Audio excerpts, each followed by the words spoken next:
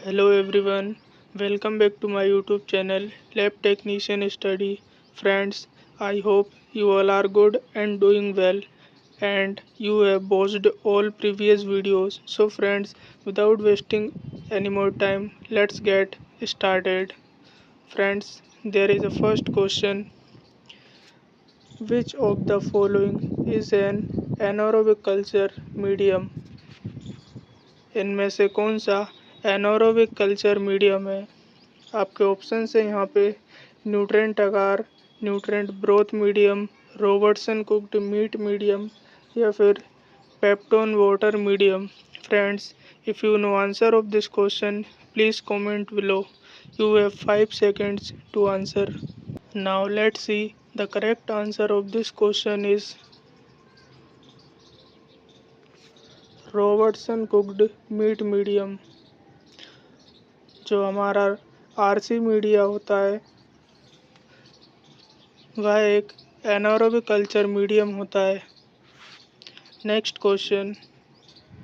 Which of the following is are used in blood banks to store the blood collected from donors? में से क्या blood bank में blood को store करने के लिए यूज़ किया जाता है? ऑप्शंस हैं SCT and PCB, sodium citrate, CPD and ACD या फिर sodium fluoride. Now let's see the correct answer of this question is CPD and ACD. CPD and ACD का यूज़ ब्लड बैंक में blood को store करने के लिए किया जाता है. Next question. Which of the following test is usually not done during the screening of donated blood? में से कौन सा टेस्ट है जो डोनेशन के बाद स्क्रीनिंग में नहीं किया जाता है? आपके ऑप्शंस हैं hepatitis C, hepatitis B, influenza और HIV. Friends, comment the correct answer of this question. Now let's see the correct answer of this question is influenza. Screening में हम इन्फ्लुएंजा टेस्ट नहीं करते हैं. इसके अलावा हेपेटाइटिस सी, हेपेटाइटिस बी और HIV test include है. Next question. Which of the following immunoglobulins can cross the placenta? इनमें से कौन सा इम्यूनोग्लोबिन है जो प्लेसेंटा को क्रॉस कर सकता है? IgM, IgD, IgG या फिर IgA. Friends, you have 5 seconds to answer this question. Now let's see the correct answer of this question. The correct answer of this question is IgG. IgG placenta को cross कर सकता है. Next question. What is the colour of antisera P? Options हैं yellow, blue, green या फिर red. Friends, comment the correct answer. The correct answer of this question is yellow. जो antisera B होता है वह येलो कलर का होता है.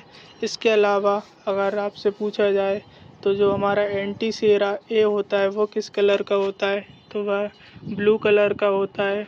और जो एंटीसीरा D होता है वह कलरलेस होता है. Next question. Rod shaped bacteria are known as. जो बैक्टीरिया रोड शेप्ड होते हैं उनको हम क्या बोलते हैं? Options are vibrio, spirilla, cocci या फिर bacilli. Friends, comment the correct answer of this question. The correct answer of this question is bacilli. जो रोड शेप्ड बैक्टीरिया होते हैं वह बेसिलाई कहलाते हैं. Next question. The instrument used to cut tissue into thin section is. इनमें से वह कौन सा इंस्ट्रूमेंट है जो टिश्यू को थिन सेक्शन में कट करने के लिए यूज़ किया जाता है? Options are osmometer, manometer, urinometer या फिर microtome. Friends, comment the correct answer of this question. The correct answer of this question is microtome. Microtome का यूज़ टिश्यू को थिन सेक्शन में कट करने के लिए यूज़ किया जाता है।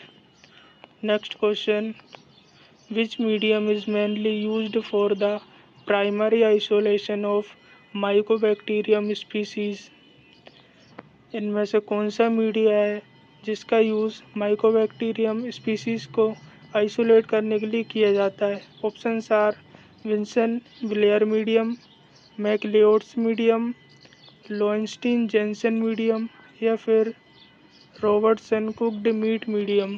Friends, comment the correct answer. Now let's see the correct answer of this question is Lowenstein Jensen medium. TB के लिए हम एलजी मीडिया का यूज़ करते हैं और माइकोबैक्टीरियम की स्पीसीज होती हैं उनके लिए भी हम लोइंस्टीन जेंसन मीडियम का यूज़ करते हैं। Next question, which clotting factor is also known as the Christmas factor. Options are factor 6, factor 12, factor 1 या फिर factor 9। Friends, you have 5 seconds to answer this question. Please comment. The correct answer of this question is factor 9. Friends, factor 9 Christmas factor के नाम से जाना जाता है। Now let's see some explanation. The clotting factor, also known as the Christmas factor, is factor 9. वह factor जो Christmas factor के नाम से जाना जाता है वह फैक्टर 9 है। It was named the Christmas factor after a patient named Stephen Christmas who was discovered to have a deficiency of this clotting factor. इस फैक्टर को क्रिसमस फैक्टर का नाम कैसे मिला? तो वह एक स्टीफन क्रिसमस नाम का एक पेशेंट था जिसके अंदर फैक्टर 9 की डेफिशिएंसी थी, इसलिए हमें वहाँ से फैक्टर 9 का नाम क्रिसमस फैक्टर मिला। Next question, which of the following blood group is known as a universal donor. Friends, इनमें से कौन सा ब्लड ग्रुप है जो हम यूनिवर्सल डोनर के नाम से जानते हैं। Options are B positive, A B positive, O negative या फिर O positive. Friends, you have 5 seconds to answer this question. Please comment if you know. The correct answer of this question is O negative. O negative universal donor होता है। वहीं हम universal recipient की बात करें तो वह ए बी पॉजिटिव होता है। Friends, that was 10 questions. I hope you will like this video and subscribe my YT channel. Thank you so much.